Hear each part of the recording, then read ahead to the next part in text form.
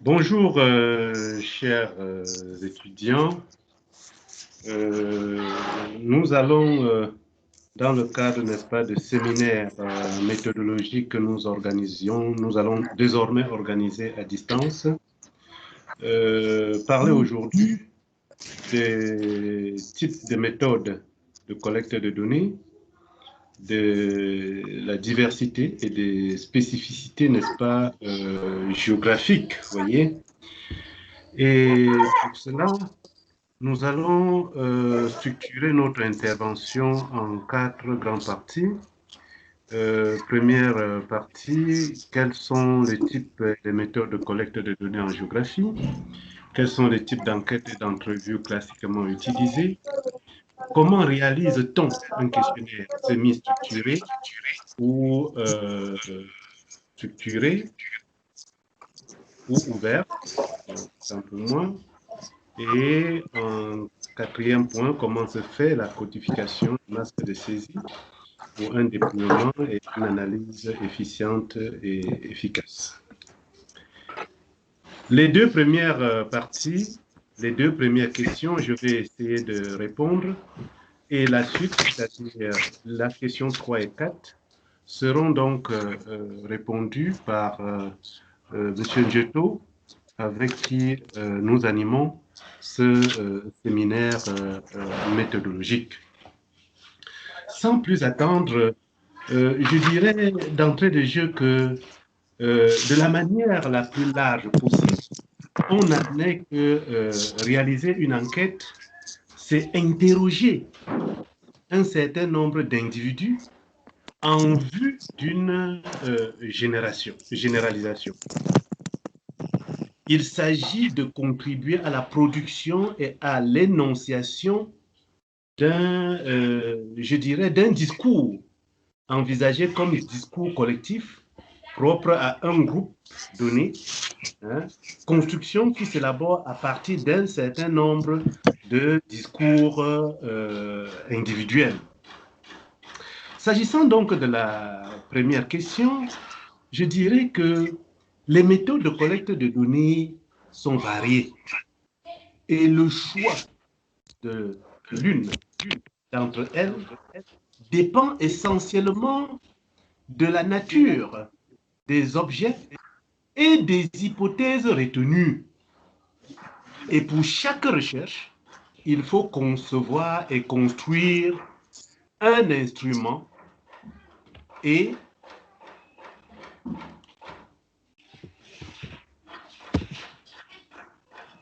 il faut construire donc, concevoir et construire un instrument et une technique adaptée. Donc, il n'y a pas de questionnaire standard pour la recherche en géographie et pour la recherche tout court, puisque c'est le contenu, les objectifs à atteindre qui vous permettent, n'est-ce pas, d'élaborer les questions. Tant et si bien que, surtout pour la géographie, il n'y a pas de questions qui se posent sans que on ne sache où on va intégrer le résultat de l'analyse de cette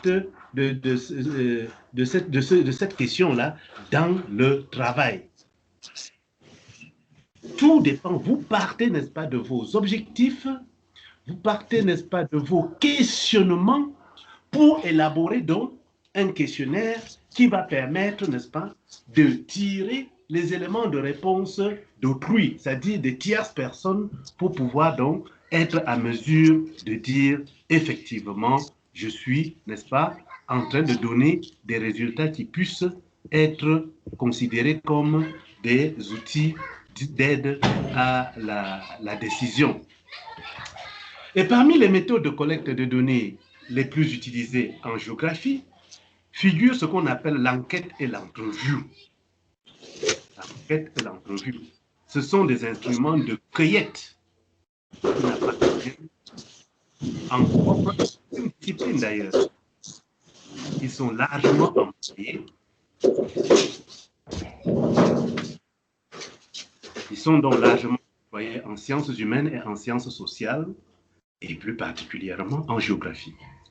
Et le principal avantage de l'enquête et de l'entrevue, c'est que la possibilité de recueillir des données originales sur un groupe ou une catégorie sociale permet de comprendre son fonctionnement. Et le second avantage, qui n'est pas le moindre, réside dans la communication directe avec les sujets de l'étude. Les sujets. Vous savez qu'en géographie, on a les objets de l'étude et on a les sujets de l'étude. Les objets de l'étude, ce sont, n'est-ce pas, les polygones, ce sont les points, ce sont les lignes que vous avez, par exemple, sur une carte. Ça, c'est les objets de l'étude. Par exemple, si vous êtes dans une ville, vous avez un quartier, vous délimitez le quartier devient l'objet. Un objet cartographique qui vous permet, n'est-ce pas, de comprendre, de faire vos analyses.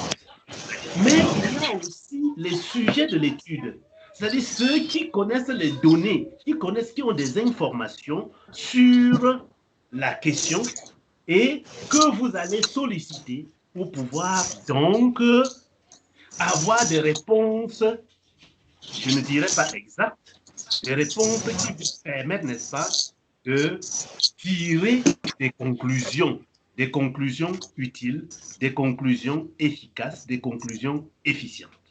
Donc, les sujets de l'étude dans un contexte social et géographique donné. Nous notons que l'entrevue permet la cueillette des données aussi bien subjectives qu'objectives. Il ne faut pas perdre de vue cela. L'entrevue ou bien même le questionnaire permet, n'est-ce pas, d'obtenir des données qui sont aussi bien subjectives qu'objectives. Et l'objectivité dépend essentiellement de la manière avec laquelle le chercheur aborde donc l'interviewé, c'est-à-dire l'autre personne, notre interlocuteur. Et de manière générale, on identifie 4 types d'entrevues ou d'enquêtes. Il y a l'entrevue d'exploration, comme je vous avais déjà dit. Vous pouvez, n'est-ce pas, quand vous commencez votre étude, il faut d'abord aller faire l'exploration.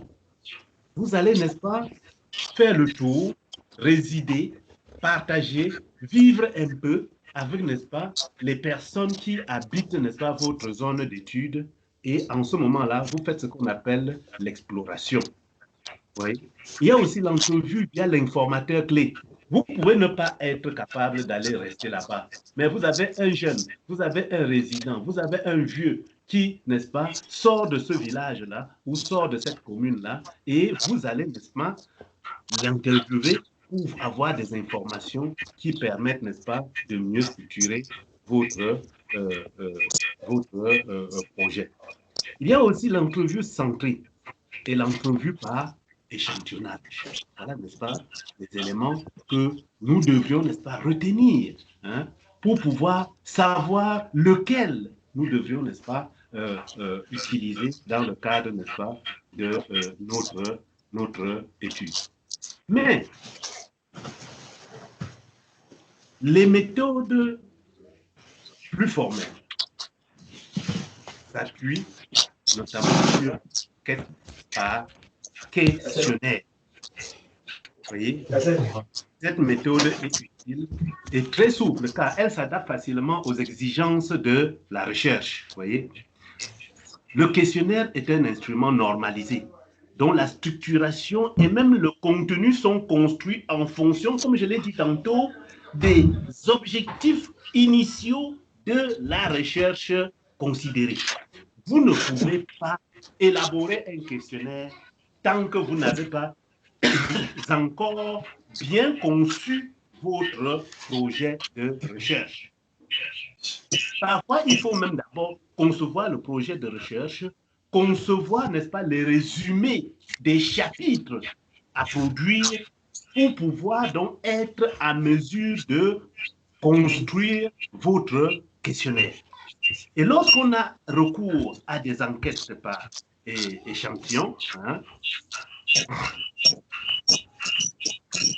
Lorsqu'on a donc recours à des enquêtes par échantillon, les contraintes que nous avons, hein, c'est d'abord quelle est la taille de l'échantillon.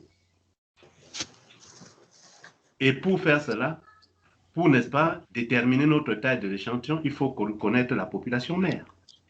Vous voyez? Si vous ne connaissez pas encore la population mère, vous ne pouvez pas définir votre taille d'échantillonnage. Il y a certaines qui nous troublent là, vraiment, ça m'énerve. Hein? Bon. Donc, vous devez, n'est-ce pas, dans ce cas-là, préparer ce qu'on appelle la stratégie d'échantillonnage. Préparer le mécanisme d'enquête. Déterminer donc la taille de votre échantillon et mettre au point le questionnaire. Et pour mettre au point le questionnaire, tout passe par ce qu'on appelle le pré-test du questionnaire. Le pré-test. Il faut d'abord, vous faites votre questionnaire et vous allez tester. Est-ce que ça tient? Hein? Parce que le questionnaire ne doit pas, vous n'allez pas élaborer pour un premier tour et puis aller directement sur le terrain. Non, ça ne se passe pas comme ça.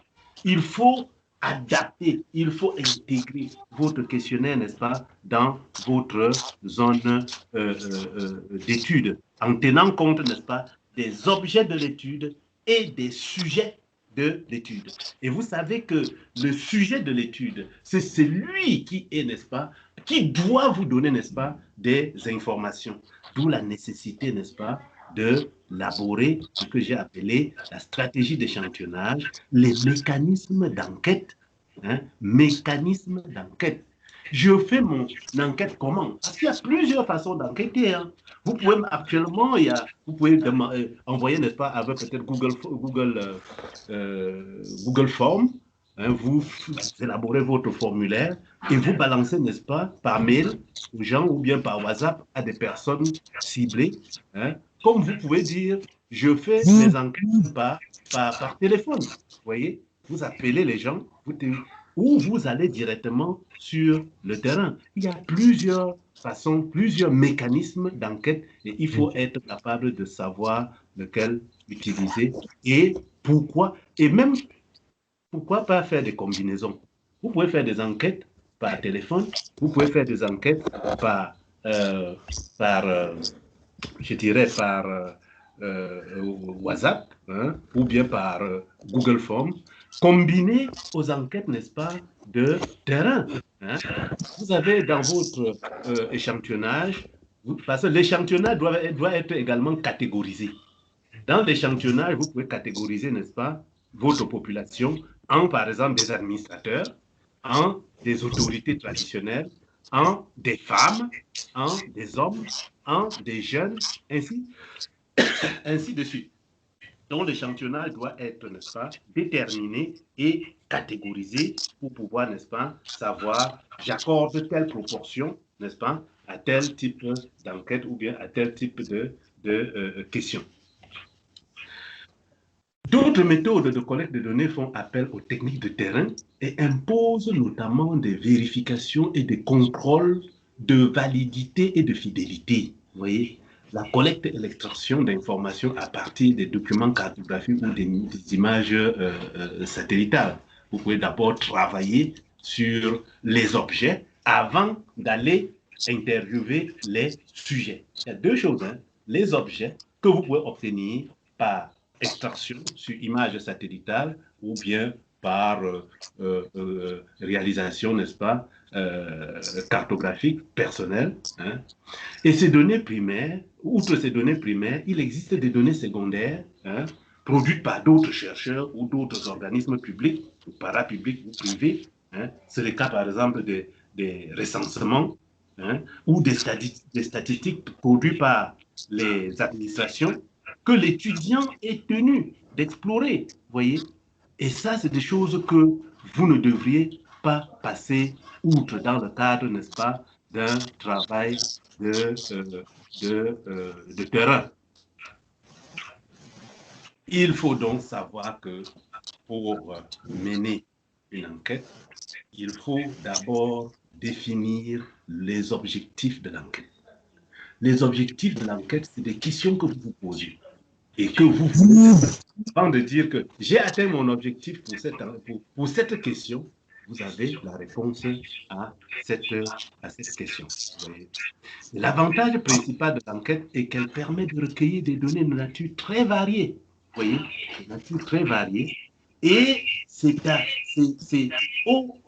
l'auteur, c'est au doctorant, c'est à l'étudiant de savoir quelles questions poser parce que on a déjà défini, n'est-ce pas, les questions de recherche avec les objectifs à atteindre. Si vous n'avez pas encore fait ça, le questionnaire ne sert absolument à rien. Et je le répète, il n'y a pas de questionnaire standard pour une recherche. Chaque type de recherche, puisque vous définissez vos questions de recherche par vous-même, vous définissez vos objectifs par vous-même, vous définissez vos hypothèses par vous-même, automatiquement, votre questionnaire ne peut pas et ne pourrait jamais être un questionnaire standard. Il faut savoir que une fois que vous avez défini vos objectifs, vous avez défini vos hypothèses, vous pouvez maintenant faire une liste des questions, des questions subsidiaires. Pas des questions spécifiques, des questions subsidiaires liées à votre enquête. Et ça, cette liste de questionnaires, de questions est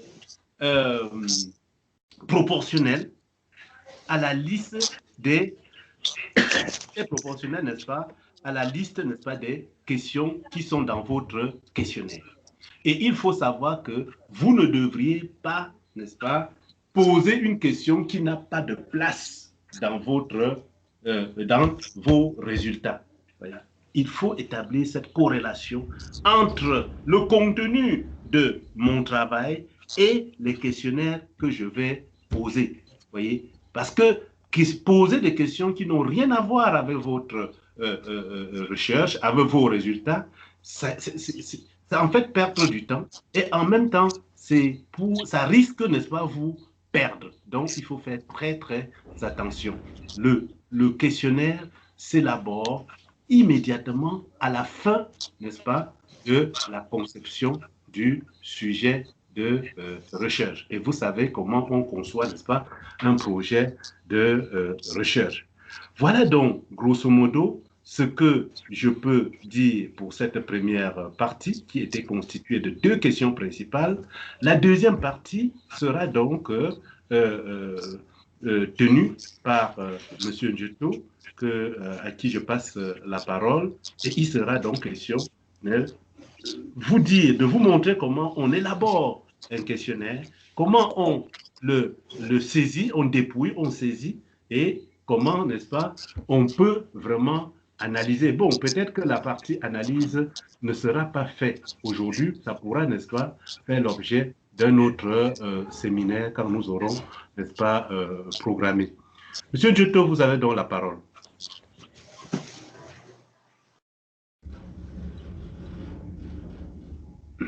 Ok, merci professeur de me donner la parole. Donc, pour la suite de l'exposé, en fait, du séminaire que nous sommes en train de mener aujourd'hui, la présentation, je vais partager mon écran pour que nous puissions échanger en ce qui concerne justement les méthodologies de terrain. Donc, je vais dessus pas, je ne sais pas. Est-ce que vous voyez mon écran?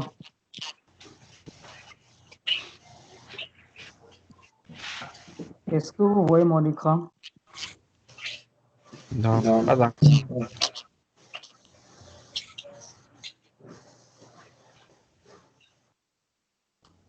Oui, c'est bon. D'accord. D'accord. Donc, pour la présentation, nous allons discuter. Le professeur a commencé tout à l'heure par présenter un certain nombre de points relatifs au questionnaire. nous n'allons pas revenir dessus, très longuement revenir dessus, mais nous allons parler simplement de quelques points. Et il s'agit principalement des généralités. Le prof en a déjà fait une ébauche. Nous allons simplement survoler cette partie. Mais nous allons nous intéresser au logiciel courant de conception et de déploiement du questionnaire et à un exemple. Voilà. Voilà à peu près ce que nous aurons à faire. Donc, en termes de généralité, ce qui était prévu pour vous aujourd'hui, c'était déjà en géographie de manière générale. Le prof l'a dit, il y a deux types de données. Et vous lirez la plupart des mémoires, dans la plupart des mémoires et des thèses. Les données secondaires qui sont en fait issues des ouvrages, des articles publiés et qui, à terme de votre œuvre, justement, constituent la référence bibliographique, constituent les références bibliographiques. Et vous avez également les données primaires qui sont obtenues donc par des enquêtes de terrain qui peuvent être faites soit par des questionnaires, des fiches de relevé ou des guides d'entretien. Et il faut noter ici que l'une des méthodologies n'exclut pas l'autre. On peut dans un travail cumuler toutes ces méthodes ou alors n'exploiter qu'une seule de ces trois. Donc, je vais commencer par m'attarder un peu sur la préparation d'un questionnaire ou d'un guide d'entretien. Sachez que le questionnaire et le guide d'entretien sont pratiquement des outils semblables, à la seule différence qu'avec un guide d'entretien, on n'a pas de questions, du moins on n'a pas de proposition de réponse.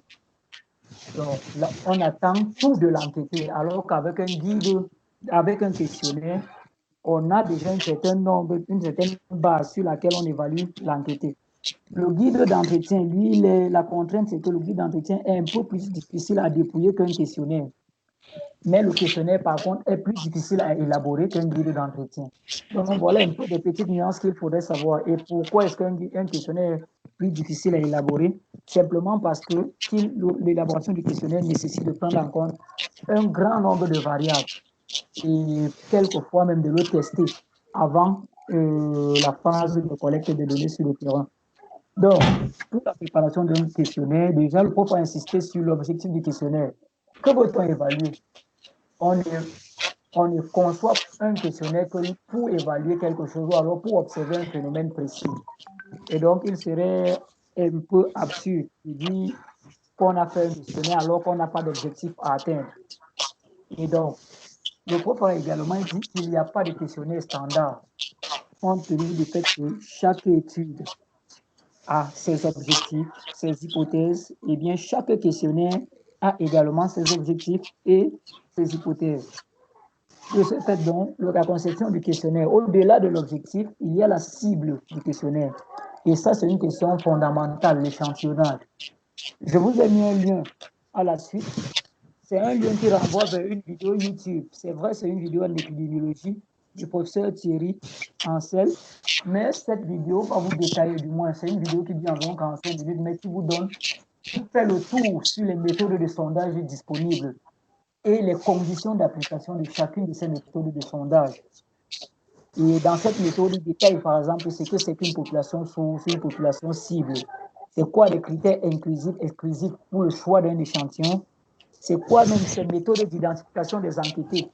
C'est-à-dire le recensement, qui est en fait l'identification exhaustive ou l'enquête auprès de toute la population, ce qui est très difficile à mettre en œuvre, surtout lorsqu'on s'intéresse à des populations grandes. Bon, la randomisation ou alors les méthodes aléatoires, ce sont des méthodes, généralement, c'est ce que les étudiants étudient là. Lorsqu'on a une base de sondage, lorsqu'on a une base d'enquête, c'est une méthode qui est très utilisée. Bon, il y a aussi des méthodes stratifiées. Les méthodes stratifiées, ce n'est rien d'autre qu'un cumul de méthodes.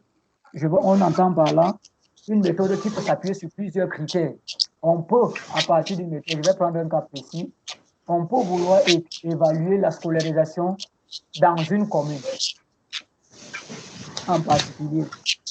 Sauf que nos moyens ne nous permettent pas de faire des enquêtes auprès de toute la population de la commune en question. On peut donc décider par la suite d'identifier, de déterminer des zones dans la commune pour dire, par exemple, OK, le premier critère sur lequel nous allons nous baser, ce sont les grandes villes, en fait, ce sont les grandes localités de la commune. Déjà, on va éliminer toutes les petites localités. Ça, c'est un premier critère. Ce critère est généralement géographique, mais il peut être tout autre.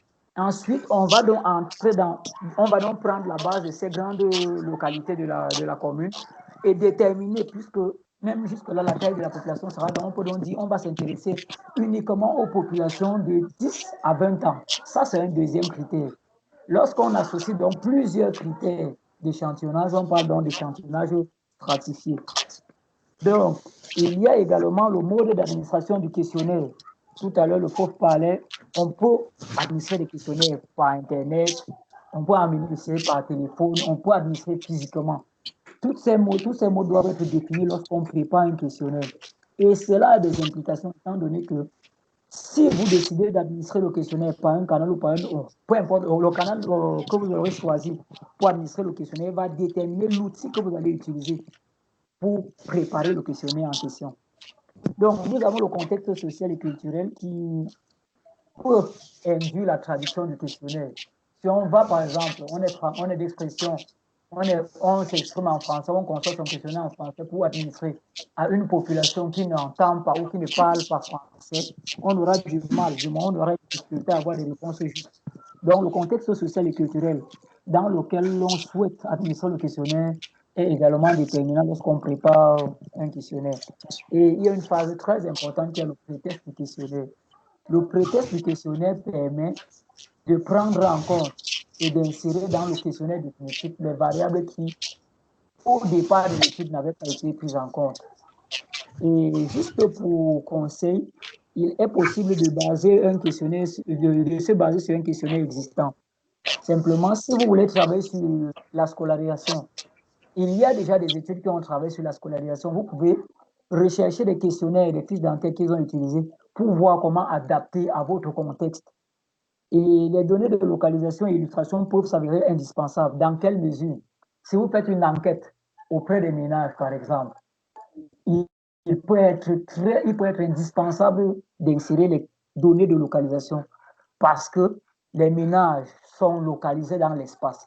Par contre, si vous faites une enquête auprès des populations sans forcément avoir besoin de leur localisation précise parce que vous vous intéressez à une zone géographique en particulier, ces données peuvent être plus ou moins négligées. Mais il est toujours préférable de les introduire dans votre questionnaire. Ça, c'est pour ce qui est de la préparation du questionnaire. Donc, pour les fiches de relevé, parce que certains également utilisent des fiches de relevé, et l'objectif est également important. L'objectif d'une fiche de relevé est très important. Et ici, il s'agit de savoir qu'est-ce qu'on veut observer, mesurer ou évaluer. Donc, pour ceux qui font par exemple biogéographie, qu'est-ce qu'on veut observer? Ça peut être la végétation. Qu'est-ce qu'on veut mesurer? Ça peut être la taille, la grandeur des arbres, des DBH, ça peut être la couverture, la matrice racinaire. Pour ceux qui étudient les sols, ça peut être la profondeur du sol même. Ça peut être, pour ceux qui font géomorphologie, la dimension des matériaux constitutifs du sol, etc. Donc, qu'est-ce qu'on veut également évaluer? Ça, ce sont des objectifs qu'il faut déjà. Et ces objectifs sont en lien avec le thème que vous abordez. Ensuite, vous avez les informations indispensables. Ces informations indispensables dans une fiche de relevé, ce sont la localisation. Une fiche de relevé suppose qu'on s'intéresse à un objet en particulier. Et cet objet a une position géographique qu'il est important, voire indispensable de mentionner. Il y a des illustrations. Les illustrations aussi simplement parce que ça peut vous permettre de corriger certaines erreurs. Ou ça peut aussi permettre de juger de la véracité ou de l'importance de relevé que vous avez effectué. Bon, les commentaires, les descriptions, c'est toujours bien et c'est même indispensable parce que ça vous permet par la suite aussi de commenter vos résultats lorsqu'il y a par exemple des écarts dans la phase d'analyse. Et il est aussi important, comme dans le cas d'un questionnaire, de procéder à un pré-test. Lorsque vous avez élaboré une fiche d'enquête, il est important d'aller sur le terrain, déjà essayer de voir si c'est aisé de remplir votre fiche. Auquel cas, si ce n'est pas le cas, vous pouvez réviser et modifier la structure de votre fiche d'enquête. Donc, ici, la principale recommandation est de se baser sur une fiche existante dans la plupart des domaines, que ce soit biogéographie, hydrologie, climatologie. Il y a des fiches plus ou moins standards qui existent. Et donc, il est important déjà de prendre connaissance des informations qu'il y a dans cette fiche, de vous appuyer sur ces informations et de les compléter au cas échéant pour pouvoir faire votre propre fiche d'enquête. Donc, maintenant, nous allons parler de logiciels. Donc, pour les logiciels, ici, ce sont quelques logiciels courants. Il y en a une panoplie, mais nous nous sommes limités à celles qui sont plus connues dans notre contexte. Zotero, EndNote et Mendeley. Au département de géographie, je pense que le logiciel qui est le plus utilisé, c'est Zotero pour l'instant. Mais cela n'empêche que vous puissiez utiliser d'autres logiciels. Déjà, l'avantage de Zotero, c'est qu'il est libre et gratuit. Donc, vous pouvez l'utiliser et il est flexible. Vous pouvez facilement passer d'une bibliothèque Mendeley, du moins d'une base de données Mendeley à Zotero ou d'une base EndNote à Zotero. Donc, voilà à peu près quelques avantages. Donc, pour les logiciels courants de mise en forme, vous avez ODK qui est très prisé par certains bailleurs, mais qui nécessite quand même un abonnement, qui n'est pas toujours à la portée de tout étudiant que nous sommes. Nous avons MySurvey Solution, qui est un logiciel de site gratuit qui vous permet de faire des collectes, de mettre en forme votre questionnaire et de procéder à des enquêtes soit par tablette ou par téléphone.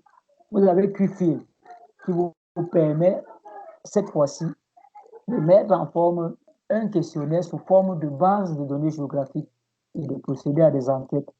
Et vous avez Microsoft Word qui sans doute est le plus utilisé parce que je suppose qu'au moins chacun de nous a Microsoft Word dans son ordinateur. Il peut s'en servir justement pour mettre en forme un questionnaire. Voilà. Donc, pour ce qui est donc des logiciels courants de création de masques de saisie, c'est-à-dire les logiciels qui permettent donc de dépouiller des informations, vous avez SPSS qui permet de mettre en place des masques de saisie, mais c'est un logiciel payant. Nous avons Microsoft Access qui également est très prisé, mais qui par contre est un peu plus rigoureux, plus complexe avec la gestion des clés pour Access. Et nous avons Microsoft Excel qui, une fois de plus, est également un des logiciels les plus simples, les plus répandus et les plus utilisés par nous les étudiants. Donc, voilà à peu près pour ce qui est des logiciels courants, mais il y en a plein d'autres. Et chacun devra trouver donc l'équilibre ou alors trouver le logiciel qui le correspond. Donc, pour l'exercice, nous allons vous montrer comment partir, par exemple, comment partir d'une fiche de relevé pour un masque de saisie. Et l'objectif ici, c'est simplement de vous familiariser à ces outils. Nous allons utiliser les outils les plus simples que vous tous avez et que vous avez au moins eu à utiliser. C'est Word d'un côté pour la fiche de relevé et Excel d'un autre côté pour le masque de saisie. Et à la fin, je vais vous présenter par exemple les résultats déjà saisis lors d'une fiche. Donc, je vais directement ouvrir dans la fiche de relevé. Donc, pour la fiche de relevé, vous avez là la fiche de relevé. Vous avez la fiche de relevé et je mettrai donc à droite la fiche de dépouillement. Voilà, je vais vous montrer un peu comment est-ce qu'on procède. Lorsque vous avez, et dites-vous bien qu'un questionnaire ne se conçoit pas directement sur un logiciel. Vous avez un bloc-notes, un format, peu importe ce que vous utilisez, sur lequel vous mentionnez les différentes questions et les modalités. Les logiciels, j'ai bien précisé lors de la présentation, logiciel de mise en forme du questionnaire. Simplement parce que l'objectif de votre étude va déterminer les questions qui vont être posées soit à un interlocuteur ou alors des points, des aspects que vous souhaitez observer sur le terrain. Vous les mentionnez, vous les notez sur un bloc-notes et ce n'est que par la suite que vous procéderez à leur mise en forme sous un logiciel. Ce questionnaire a été mis en forme sous Word, et du moins cette fiche de relevé a été mise en forme sous Word. Et il s'agit en fait d'une fiche de relevé que nous utilisons actuellement dans le cadre d'un projet de modélisation. Et je vais donc vous présenter qui a été, il s'agit d'un projet, d'une fiche mise en place par Ecoris que nous avons essayé d'adapter à notre contexte. Donc, vous allez voir que le questionnaire, déjà, nous avons des thèmes, des grands thèmes. Ces grands thèmes peuvent être des sous-objectifs ou des hypothèses de votre travail. Donc, vous avez les caractéristiques du polygone ici. Sachez bien que nous sommes ici dans le cadre d'une enquête en géomorphologie. Et ces polygones, la caractéristique de ces polygones, vous avez la prédominance, par exemple, des blocs déposés dans le polygone ou qui pourraient éventuellement être détachés. En fait, ce sont des informations qui se rattachent à vos objectifs. Vous avez les types de sol sur le polygone, vous avez la rugosité du sol, vous avez la végétation, si vous observez la végétation, et vous avez les indicateurs d'activité de chute. Voilà des témoins ou indicateurs nués. Ça, ici, il faut savoir que dans le cadre de ce projet, ces paramètres sont indispensables pour comprendre le risque que nous étudions, mais également pour modéliser. C'est pourquoi la fiche est faite telle qu'elle. Quelqu'un d'autre pourrait avoir une fiche différente si jamais ses objectifs, les objectifs d'études sont également différents. Donc ici, il s'agit simplement d'une mise en forme. Au cas où l'on souhaite aller sur le terrain avec des fiches, on peut donc imprimer ces fiches simplement et aller les remplir sur le terrain. Remplir ces fiches sur le terrain en fonction des informations qu'on a mentionnées. Et il faut savoir que la conception d'un questionnaire ou d'une fiche d'enquête se fait simultanément au masque de saisie. Ça veut dire, dès que vous avez mis au point votre fiche d'enquête, vous devrez également avoir un masque de saisie. Pourquoi il est important d'avoir un masque de saisie? Les données que vous avez collectées ou que vous collecterez sur le terrain, vous n'êtes pas forcément obligé de les entrer par vous-même ou de les entrer par vous-même sous le logiciel. Parfois, vous pouvez également utiliser d'autres personnes pour vous aider à collecter ces données lorsque la zone d'étude est grande ou lorsque le temps est limité pour la collecte de vos données. Et donc, chaque enquêteur ou chaque personne que vous allez utiliser, chaque tierce personne que vous allez utiliser par la suite peut également rentrer ces données dans un masque que vous allez simplement par la suite compiler ou fusionner pour avoir la base de données complète de vos activités. Et donc, pour un masque de saisie, sachez bien que Excel permet de créer des masques de saisie. Un masque de saisie, ce n'est rien d'autre qu'une matrice, qu'un tableau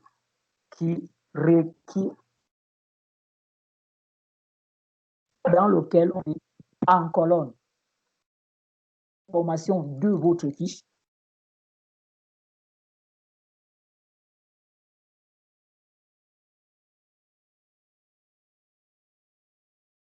et en ligne. Et un peu, je vais faire le rapprochement. C'est pourquoi j'ai divisé mon écran en deux. Je ne sais pas si vous me suivez toujours. Est-ce que vous me suivez?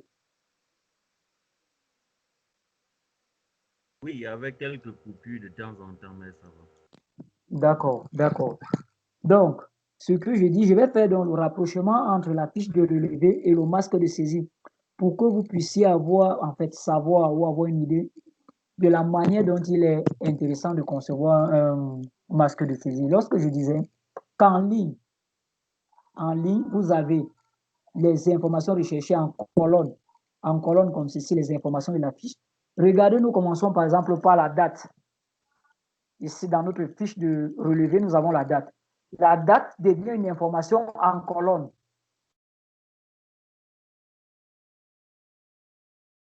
Toute cette colonne-ci sera réservée aux dates. Et par la suite, la deuxième colonne qui fait référence au lieu, nous avons le nom du lieu, qui est une source, qui est également une ligne. Maintenant,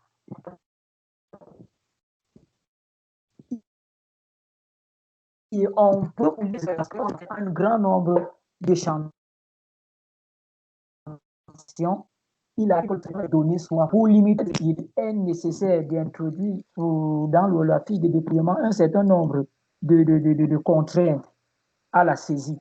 Et ces contraintes ne sont là que pour limiter des erreurs, pour imposer un format de saisie, une manière de saisir à l'opérateur. Dans le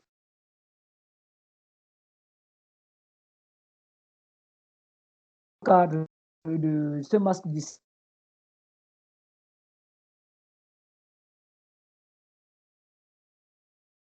saisie, vous verrez par exemple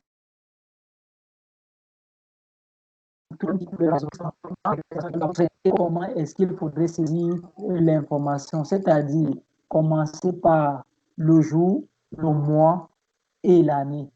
Et donc, pour mettre une contrainte comme celle-ci, je vais donc maintenant agrandir simplement cette fenêtre-ci pour vous montrer comment on procède.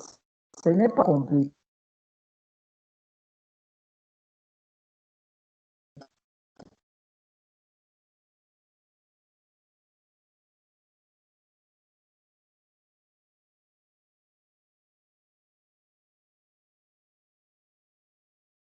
Pour mettre si vous vous êtes et toujours dans le menu accueil au niveau de général allez et en choisissant vous allez vous rendre compte c'est nombre c'est à vous de choisir le format qui vous intéresse. Ok. Je sais qu'il est intéressant ou il est important lorsque vous êtes en train de concevoir un masque de saisie d'introduire un certain nombre de contraintes dans certains champs pour limiter des erreurs de saisie qui pourraient justement avoir un impact sur la durée de nettoyage de votre base, de formatage de votre base de données.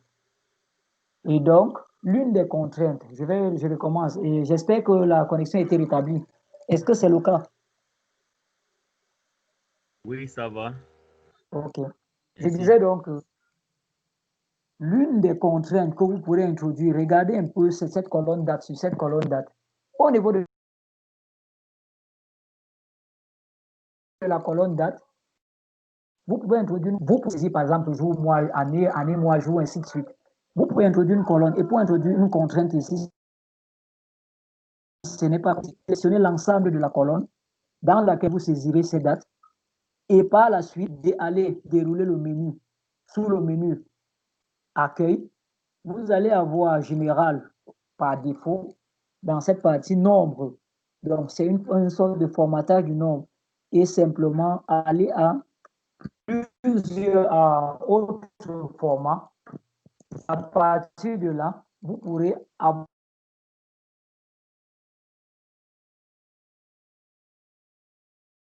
une catégorie de simplement. Il va avoir également une proposition de format d'affichage, de saisie de date, d'entrée de date. Et vous choisirez soit mercredi 14, soit la date, mois, jour. C'est ceci qui a été choisi dans le cadre de ce formulaire. Et donc, chaque fois que vous saisirez une date qui n'a pas ces trois paramètres séparés par ces traits, par cette barre de division, alors le format sera purement et simplement refusé. On va faire un exemple. Si je saisis 12, 24, 12, 24, et je m'arrête à ce niveau, voilà, automatiquement, le logiciel va me mettre 12, 24 sous forme de mois, jour, année. C'est pourquoi il est intéressant de saisir, si vous voulez saisir le 24 du 12e mois, saisir 24 du 12e mois et ensuite mettre 2020. Et à ce moment, la date reste telle qu'elle parce que vous avez respecté jour, mois, année. C'est une contrainte. Sinon, vous aurez des difficultés par la suite à valider votre questionnaire. Donc, les questions telles que le lieu, étant donné qu'on n'a pas une liste de lieux répertoriés, on peut simplement laisser l'enquêteur entrer le nom du lieu, le nom, ainsi de suite, les polygones, langues, ainsi de suite. Par contre, regardez un peu ici, au niveau des zones sources. Pour limiter les erreurs au niveau des zones sources, il y a au niveau du questionnaire 3 types de zones sources qui ont été définis et l'enquêteur ne peut cocher qu'un seul type de zone. Voilà, au niveau des zones sources, ici, nous avons ça. La zone source ne peut être soit une zone de départ, une zone de transition ou une zone de dépôt. Et donc, il faudrait que l'enquêteur ne puisse pas saisir zone de départ, ou alors saisir départ avec un espace, ou alors qu'il puisse commettre des erreurs. Ici, nous avons procédé, nous avons opté pour la mise en place d'une liste.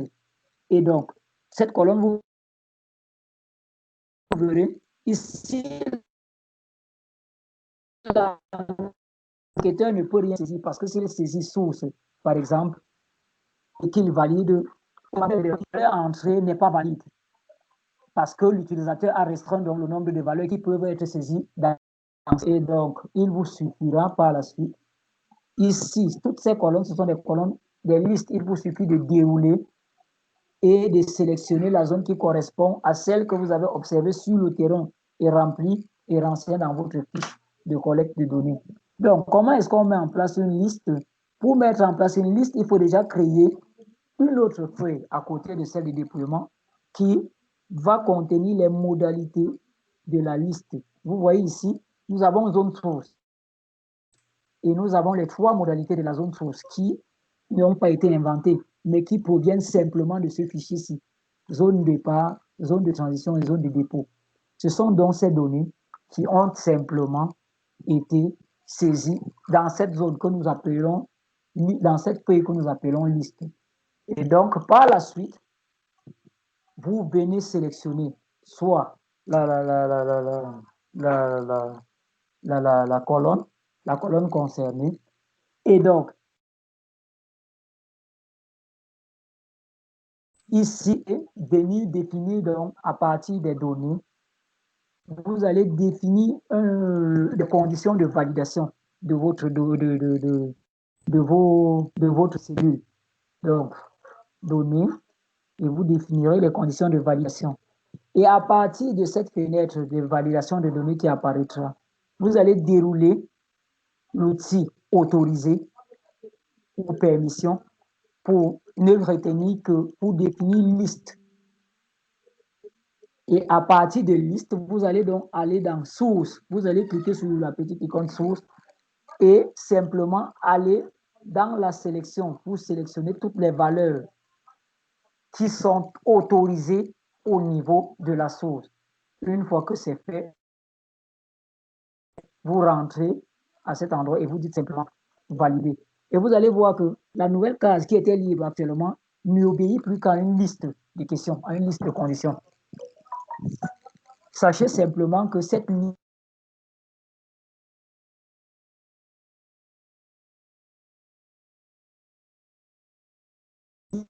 au-delà, vous pouvez mettre à des temps préfère la même procédure pour faire la mise à jour, donc validation des données, et de revenir rentrer ici pour choisir, pour étendre donc la base de la liste et ensuite dire simplement valider.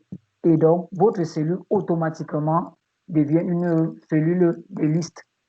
Voilà. Voilà pour ce qui est donc des listes. Il en est de même. Maintenant, on peut arriver également à faire des correspondances pour limiter le temps de saisie avec Excel. Ici, nous sommes allés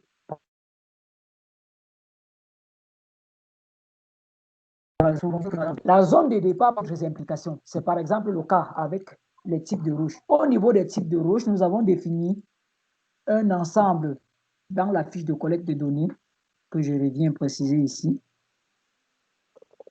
Nous avons défini un ensemble de types de roches. En fait, nous avons 3 types de roches. Le granit, le gabbro, le gneiss, le basalte. Ici, il est question de demander, de définir, lorsque nous avons défini dans une liste, par exemple, comme je vous ai présenté, qui contient le granit, le gabbro. Cette liste, vous allez voir, elle est liée dans la fiche de collecte de données à une autre donnée qu'on appelle la densité. Nous sommes dans le thème, par exemple, prédominance de bloc, sachant que la fiche est remplie pour un bloc. Si nous remplissons, le bloc ne peut être que soit un granit, un gabbro, un gneiss ou un basalte. Le bloc ne peut pas être les 4 à la fois. Donc, une fois que l'enquêteur, vous avez observé le granit sur le terrain, il est également possible que vous décidiez que la densité qui est un peu plus bas se rapporte forcément soit au granit, soit au gabbro, soit au gneiss, soit au basal, parce que ce type de roches ont des densités différentes qui varient. Et donc, si c'est le cas, vous pouvez également introduire dans votre masque de saisie une petite contrainte qui va faire, une fois que vous avez saisi automatiquement, cette case de densité qui est plus foncée se met à jour. C'est le cas ici, je vais vous montrer comment ça se fait. Pour les listes, je vous ai déjà montré comment on fait pour dérouler une liste. Vous n'avez qu'à sélectionner, par exemple, au niveau de type de roche, si j'ai choisi granit, automatiquement, vous verrez, au lieu de NA, vous aurez donc du moins la densité qui se met à jour. Et cette densité correspond à celle que vous avez définie dans la liste. Le granit avait une densité de 2,7. Compris entre 2,4 et 2,7, ainsi de suite. Donc, comment est-ce qu'on fait dans ces liens pour limiter simplement pour limiter le temps de saisie? À ce niveau, vous allez voir que vous avez simplement une requête. Et cette requête, c'est juste une fonction qu'on appelle recherche. C'est la fonction recherche. Et cette fonction recherche V, ou VLOOKUP, c'est une recherche V. Il faut bien noter, vous pouvez mentionner, c'est vrai que mon Excel est en anglais. En français, qui me suivait en français. VLOOKUP, c'est en anglais, mais en français, l'équivalent, c'est recherche V. Recherche V. Sur Internet, vous pouvez avoir des spécifications sur cette formule, mais vous pouvez également, Excel aussi, lorsque vous tapez dans une cellule égale point VLOOKUP ou recherche V, vous avez, et que vous double cliquez dessus, vous avez un petit pop-up qui vous permet de renseigner les paramètres de la formule. Vous voyez lookup value, c'est en fait valeur à rechercher. Table array. Ici, c'est la table dans laquelle il faut rechercher. En fait, lookup value, c'est la liste des valeurs à rechercher. Ensuite, c'est la table des valeurs dans laquelle on peut rechercher la valeur. L'index de la colonne à renseigner, donc à renvoyer. Et ici, range lookup, c'est simplement, vous avez deux. Si c'est similaire, alors mentionner cette valeur faux, ça veut simplement dire si ce n'est pas identique, ne pas mentionner.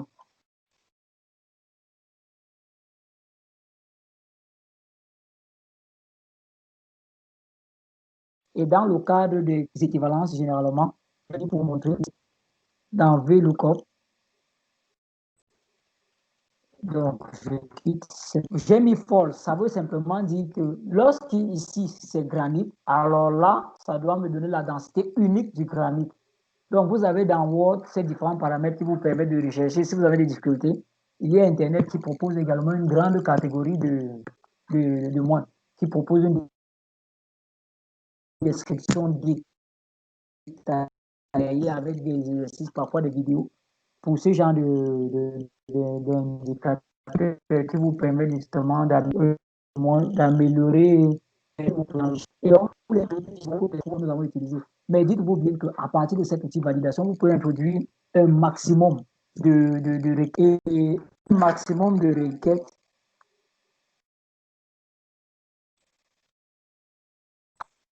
Ici, on va chercher. Donc, en déroulant ici, any value, c'est ce qui est par défaut, ça veut dire saisir n'importe quelle valeur, entrer n'importe quelle valeur. Whole number, les nombres entiers uniquement. Si vous choisissez whole number, ça veut dire simplement dire que dans une cellule, si vous décidez de travailler avec les hommes, si vous décidez de faire nous aurons des hommes en nombre entier unique. Et donc, vous pouvez contraindre celui qui saisit ou qui entre les données à ne utiliser que les nombres entiers. Et à ce moment-là, il ne peut saisir à cet endroit que les nombres entiers. Vous avez décimal. Si vous avez des superficies, vous pouvez décider d'autoriser la saisie des données décimales. Pour mesurer, par exemple, la superficie des champs, vous pouvez décider d'utiliser le nombre décimaux.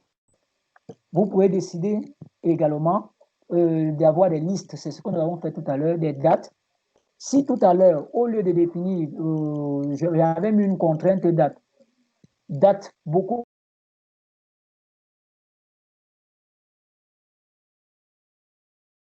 plus à partir de cet onglet ou de la colonne date, de la première colonne, il vous serait impossible de citer. Vous avez que le texte ne doit pas dépasser 30 mots. C'est ce qui se passe généralement avec des logiciels qui gèrent par exemple les noms. Ou alors vous pouvez limiter les commentaires à 150 les pour indiquer par exemple pour être le plus synthétique possible. Et vous pouvez personnaliser également la cellule. Et ces paramètres de personnalisation dépendent de vous. Donc voilà à peu près des options ici. Il va donc, pour résumer, vous avez deux principaux endroits qui vous permettent d'introduire quelques contenus dans un masque de saisie. Il s'agit de façon très simple de cette fenêtre nombre ou alors de données de validation à partir du menu données, de validation du menu données. Vous déroulez dans le menu données et vous accédez donc aux validations des données sous l'onglet outils de données. Ce sont là quelques outils donc, qui vous permettent très simplement de quitter d'un questionnaire ou d'une fiche de relevé pour un masque de saisie. Et donc, à la fin de votre travail de terrain, il vous suffit de saisir ces données dans votre masque de saisie pour pouvoir procéder à la phase d'analyse que nous pourrons voir ultérieurement en fonction de l'évolution de vos travaux. Donc, voilà à peu près ce qui avait été préparé pour vous. Je ne sais pas s'il y a des questions, des imprécisions. Donc, la parole est à qui voudrait la prendre. Du moins, je remets la parole au prof. Nous écoute et je pense que s'il y a des questions, vous pourrez intervenir par la suite. Merci.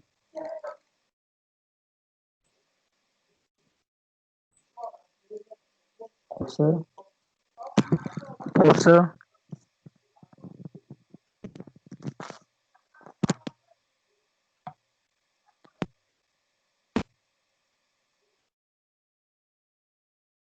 Est-ce que vous me suivez?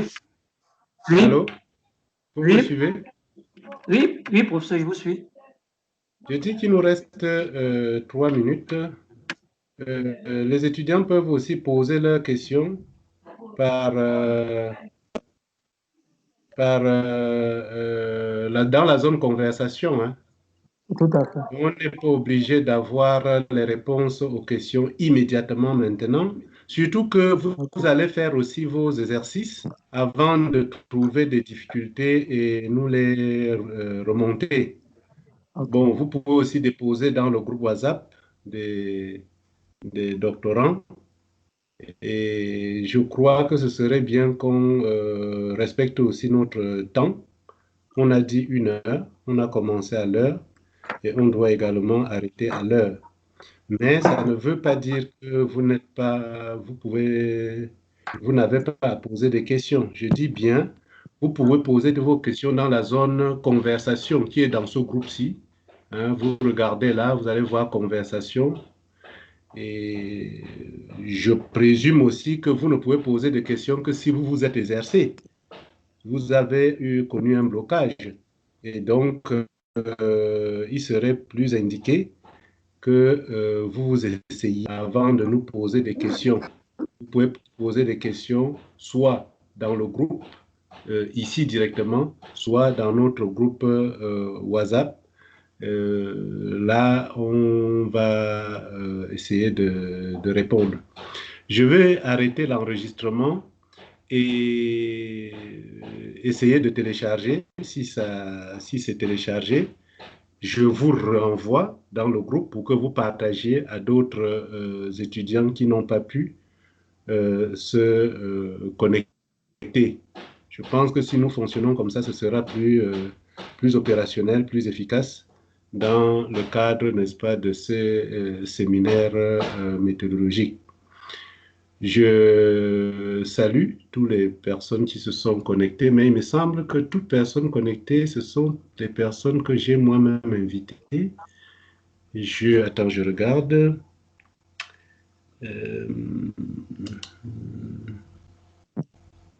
Comment je fais pour voir la liste?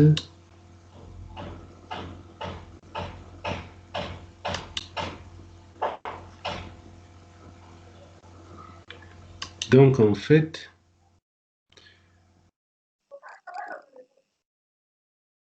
oui, c'est plutôt ici.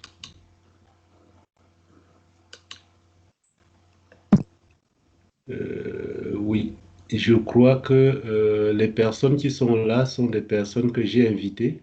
Ça veut dire que le lien n'aurait pas marché. Ils n'ont pas compris comment on utilise le lien. Et donc, nous allons arrêter et je vais tenter de télécharger l'enregistrement et essayer de vous retourner. Ceci dit, bon week-end et vraiment mettez-vous au travail. Hein. Si vous ne travaillez pas, ça ne servira à rien ce que nous sommes en train de fabriquer là. Parce que ce que nous disons ou bien ce que nous vous montrons là, on ne peut pas couper nos têtes ou bien nos savoirs pour mettre sur les vôtres.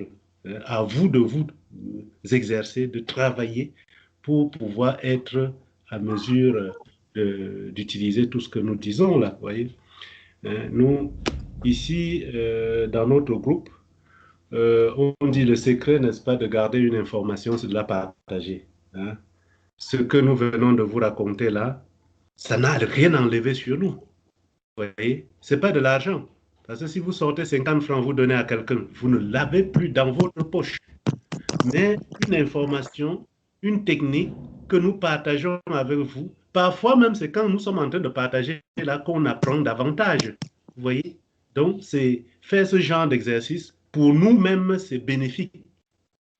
Parce que pour Njeto particulièrement, c'est bénéfique. Pour moi également, c'est bénéfique parce que c'est parfois au moment de vous montrer certaines de ces choses-là qu'on se bute et qu'on trouve, n'est-ce pas, la solution immédiatement. Et ça permet que nous autres, en vous, en partageant avec vous, nous grandissons. Mais ça n'enlève rien sur ce que nous connaissons. Au contraire, ça ajoute plutôt, vous voyez.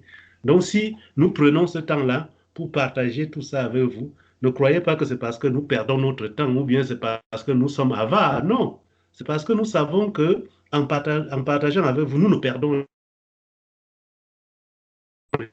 rien de l'argent que nous partageons avec vous. Voyez. Et à vous maintenant de vous mettre également au travail pour peut-être même trouver aussi d'autres fonctionnalités ou d'autres astuces que vous pouvez également partager en retour avec nous. C'est comme ça que la science avance, hein, contrairement à ce qui nous a été, n'est-ce pas, martelé. Hein, il faut cacher ces informations, il faut cacher ce qu'on connaît. Non, c'est pas comme ça que le développement devait se fait. Hein. Le développement se fait sur la base du partage de l'information et de la technique ou de la technologie. Sur ce, donc, bon week-end et on espère que vous allez nous poser un certain nombre de questions qui permettront d'avancer. Ok, merci beaucoup, prof. Bon week-end à vous.